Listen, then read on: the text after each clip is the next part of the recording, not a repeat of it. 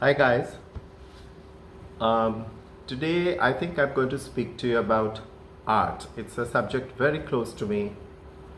Started when I was in school and the usual good in the art class and in charge of all the artistic projects. And as I grew up, by the time I was kind of 10 or 12, and Jahangir Art Gallery opened in Mumbai, and it was like the first formal address for what would eventually become modern art.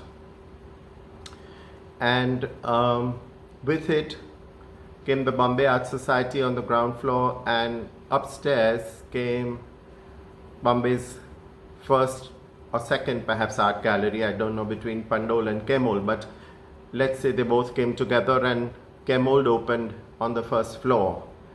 And for the first 4 years or so, I was just too young to make any sense of it, though my mother did take me a couple of times simply because I was interested in art.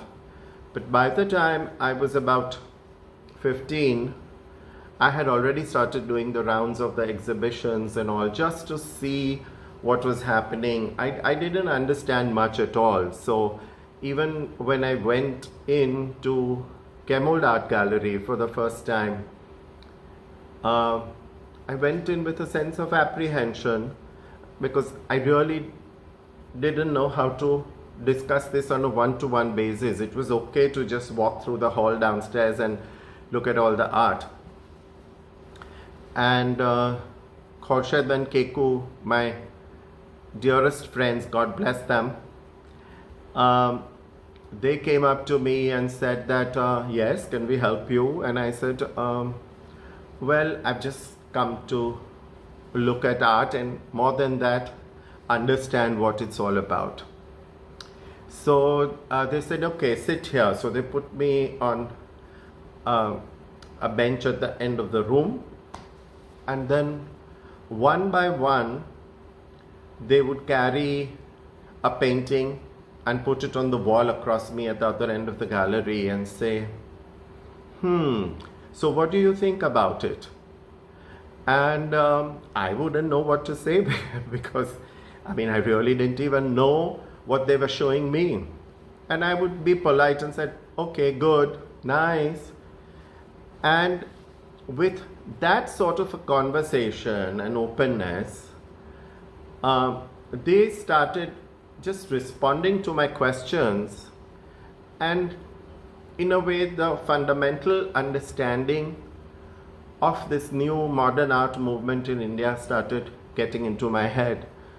The same thing was happening between me and Kali Pandol at Pandol's, where he was trying to expose me to art. And in those days, art wasn't just about the work of art. It was so much more to do with the relationship that the artist enjoyed with the gallery, and the kind of mentorship and patronage that the gallery owners gave to the artists. It was unbelievable. I remember when Souza was very sick in hospital, and I had gone to Pandol's to look at something, and Kali Pandol came back from the hospital with a trunk in his hand, and he kind of opened it up over there and turned it around, and there were like hundreds if not thousands of Souza's drawings and sketches. And I said, what is it, and how did you get so many of these? So he said that, well, I'm looking after him in the hospital, and I had gone to visit him, and he was quite feeling quite inadequate, that he couldn't do much about anything himself. So he said that he had ordered this to be brought from his house. So he said that, Kali, take it with you for whatever it's worth. I would like to just give it to you. And in the same spirit, Kali Pandol told me that, Pinakin, just see what you like, and I mean, take it, because it's from the artist to me and from me to a young learner like you. And I was kind of fascinated with the openness with which this conversation was going on. So what I'm trying to say, that it was so much more emotional than what it is today. I find it extremely intellectual, extremely highbrow, extremely opinionated, calibrated, rated, critiqued, essayed, and I mean, you know, there are so many isms and usms going around it that I kind of miss those days. And later on, as I got into reading philosophy, I learned that art was basically man's surplus emotional energy. That's what Rabindranath Tagore says, that art is man's surplus emotional energy, that once he has finished dispensing it with his day-to-day needs, whatever extra remains in him and he has an urge to express that extra emotional energy, it comes out as art. Which is true, think of it, because, you know, perhaps that's how artists are so temperamental or so emotional about their works. And soon I became a young collector, and I started from my own pocket money, here, there, fooling an aunt or an uncle or your parents and saying, okay, give me this, give me that. And I started building up a small collection. Believe it or not, there was a little lending library in Jahangir Art Gallery, and that was started just to kind of give confidence to people like me to, you know, just take works home for free and live with them and pay a very small rental per month till you got acquainted with the work and were feeling confident enough to buy it. So I would take a very nice canvas from the Bombay lending library and go and hang it in my house. And the membership was only perhaps 500 rupees, the deposit. But I could take any amount of works for 10 to 15 rupees a month as rental. I don't know why I never kept them that way forever. And sometimes in 6 months, maybe 8 months, I would develop an affinity for it. I think most of them I kept. I didn't go and return any. But when you told them that, okay, now this is it and I'm going to keep it, let's say if it was worth 1,000 rupees, yeah, that's possible. Most of the works were in those sort of price ranges. They would say that, okay, here's 120 out of your rental and just pay us the rest. So it's been an amazing journey. That collection led me on to do voluntary work later on in my life with the National Gallery of Modern Art, where the director of the gallery at that time, Dr. Saryu Doshi, she's the best one we've had ever, and she used to invite designers or non-professional painters into the National Gallery for their sort of, I think, annual celebration in August. And she said, Pinakin, I want to convert this whole National Gallery into a sort of magazine, and it should have features in it, and you develop whatever concept you want to do with art, and let's put it in.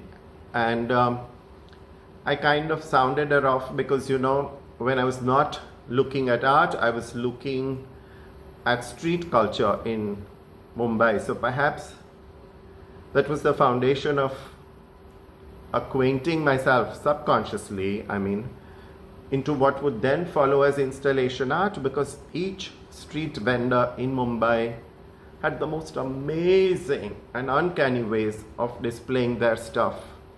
And whether it was a physical arrangement, or whether it was the colors, or whether it was just the synergy that built up around it on that busy street, you could just marvel at each one of them and think that they had not only art, but they had a high level of design sense in them. And so I told Dr. Doshi that I said, let's bring these artists, bring these vendors and hawkers from the streets, Abdul Rahman Street and Bhuleshwar and Dadar Market and wherever, and recreate their stalls in the gallery. And she came up with this brilliant title of the show, and she said that it's the innate and the informed, because the hawkers would show their innate skills in expressing their idea of art and design. And I was to get students from art and design schools and talk to them and see how they looked at this and if they could better it. So it was put up, and the exhibition was a huge success, and people started enjoying it so much, because for the first time something that they had seen at the back of their minds on their streets was suddenly isolated and put up in the front. And it was amazing to see how even a bhel puri stand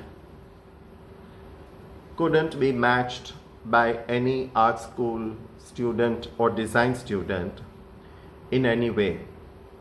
I would point out the pluses and minuses and then challenge them to go beyond that, but it wasn't, because a bhel puri wala would carry a tripod stand on his shoulder and would swing on his hip effortlessly while he carried a huge plate or platter on his head, and which carried all the raw materials that he was going to use in the day.